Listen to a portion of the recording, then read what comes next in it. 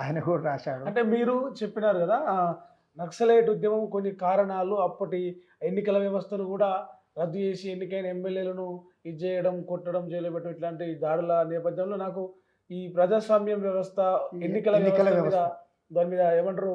ఆ నమ్మకం పోయి తుపాకీ పట్టుకోవాలనే తుపాకీ ఆలోచన కూడా వచ్చిందన్నారు ఉండాలి కదా! అనే ఆలోచన. ఎట్లా ఆ రిక్రూటింగ్ ఎట్లా జరిగింది? మీరు నక్సలైట్‌లో పోయినప్పుడు అంటే పోంగానే డైరెక్ట్ చేర్చుకుంటారా? ఒక రిక్రూటింగ్ వ్యవస్థ అది ఎట్లా ఉంటది నక్సలైట్‌లలో? అంటే ఫస్ట్ ఆఫ్ ఆల్ ఇక్కడ మనం విద్యార్థి ఉద్యమంలో పనిచేసేటప్పుడే నాయకత్వం అన్ని 5, 6 నెలలు వాళ్ళు పరిశీలించిన తర్వాతనే వీళ్ళు రహస్యంగా ఉండగలరా, మన నిర్మాణాన్ని కాపాడగలరా, మన రహస్యాలను దాయగలరా, తర్వాత ఆ, త్యాగాలు చేయడానికి సిద్ధంగా ఉన్నారా అని వాళ్ళు అసెస్ చేస్తాం. లీడర్షిప్గా ఉన్నాం మేము ఎవరైనా అదే పని చేస్తాం. మమ్మల్ని వాళ్ళు అట్నే చూసిండ్రు, మేము కూడా కొత్తగా రిక్రూట్ చేసుకునే వాళ్ళు అట్నే చూసేవాళ్ళం. అట్లా జరుగుద్ది. ఆ విధంగానే మమ్మల్ని సెలెక్ట్ చేసుకున్నారు. మాకు వివిధ జిల్లాల బాధ్యతలు అప్పచెప్పారు. నేను ఉదాహరణకు చెప్పాలంటే ఇక్కడ యూనివర్సిటీలో ఉన్నాయి మేమే అన్ని జిల్లాలని ఆర్గనైజ్ పార్టీ మూమెంట్ని కూడా మేమే ఆర్గనైజ్ చేసేవాళ్ళం, విద్యార్థులమే. కానీ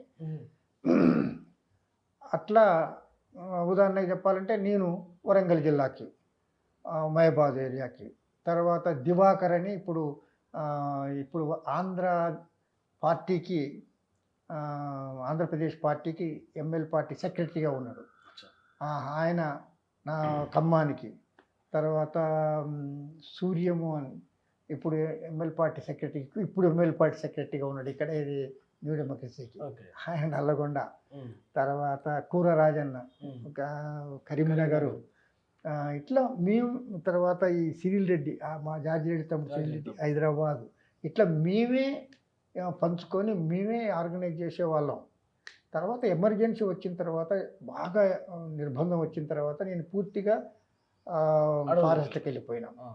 ఫారెస్ట్లో అంటే ఎట్లా ఉండదు? మీరు ఫారెస్ట్లోకి వెళ్ళక ముందుకు గ్రామీణ వాతావరణం కావచ్చు, తెలంగాణలో అప్పుడు దొరల వ్యవస్థ ఉండేది, వెట్టి చాకరీ ఉండేది, భూమి లేక పనులు లేక ఒక కరువు రకమైన అవి కనిపించేది. ఎట్లా ఉండేది అప్పుడు ఆ వాతావరణం, ఆ పరిస్థితులు ఎట్లా ఉండేవి? నక్సలైట్లకు ప్రజలు అంతగానం ఆకర్షితులు అవడానికి వాళ్ళకి ఆశ్రయం కల్పించేంత పరిస్థితులు ఏముండేవి? ఒక దశలో ప్రజలకందరికి కూడా తెలంగాణ సాయుధ పోరాటం 1946 to 51 జరిగింది. 46-51 మధ్యలో జరిగింది. అప్పుడు దొరలనికి వ్యతిరేకంగా జరిగిన పోరాటం అనేది మన తెలంగాణ ప్రజల మధురిలో ఉన్నది. అది వాళ్ళు కథలుగా చెప్పటం. తర్వాత ఆ పరిస్థితి మళ్ళా 70 వరకు స్థలికే ఆ దొరల యొక్క పెత్తనం మళ్ళీ ఊర్లల్లో పెరగటం. తర్వాత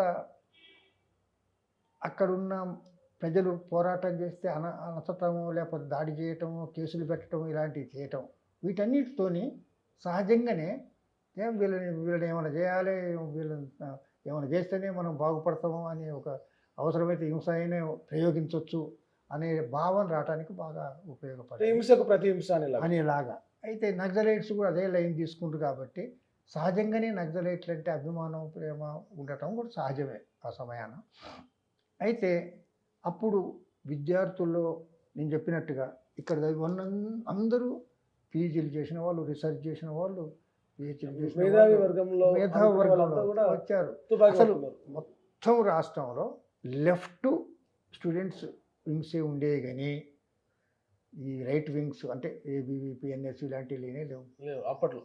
ఎస్ఎఫ్ఐ, ఏఎస్ఎఫ్, పీడిఎస్యు, ఆర్ఎస్యు ఇంతే. ఇట్లాంటి వాతావరణం అప్పుడు ఉండేది.